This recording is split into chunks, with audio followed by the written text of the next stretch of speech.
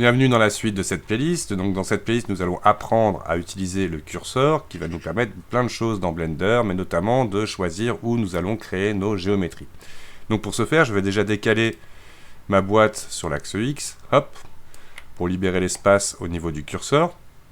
Et tout bêtement, avec le menu Add, je vais pouvoir ajouter tout ce qui est possible dans Blender. Je vais commencer par le menu maillage et ajouter la Monkey, qui est la mascotte de Blender, prénommée Suzanne.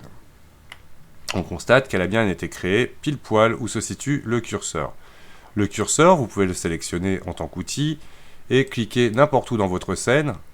Automatiquement, il ira ajouter la géométrie là où vous avez choisi la création. Bien évidemment, les objets seront positionnés par rapport à ce que l'on nomme leur point d'origine.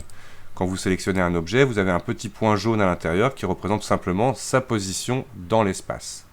Bien évidemment, aussi, un objet créé, vous pourrez ensuite le manipuler pour le positionner en fonction de vos envies.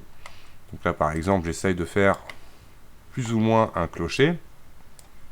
Je vais pouvoir jouer avec l'échelle, par exemple 2D, hop, pour y ajouter, voilà, un clocher.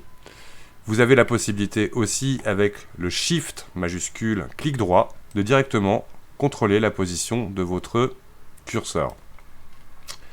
Ajouter un objet type, par exemple, Torus, se positionne directement là où est mon curseur. Petite indication supplémentaire, quand vous créez un objet, quand vous faites une action, à chaque fois, vous aurez en bas un assistant qui vous permettra de pouvoir contrôler ce que vous venez de faire.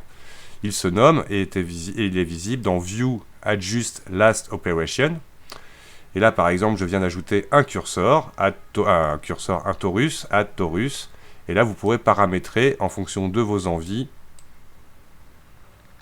et de vos besoins ces réglages.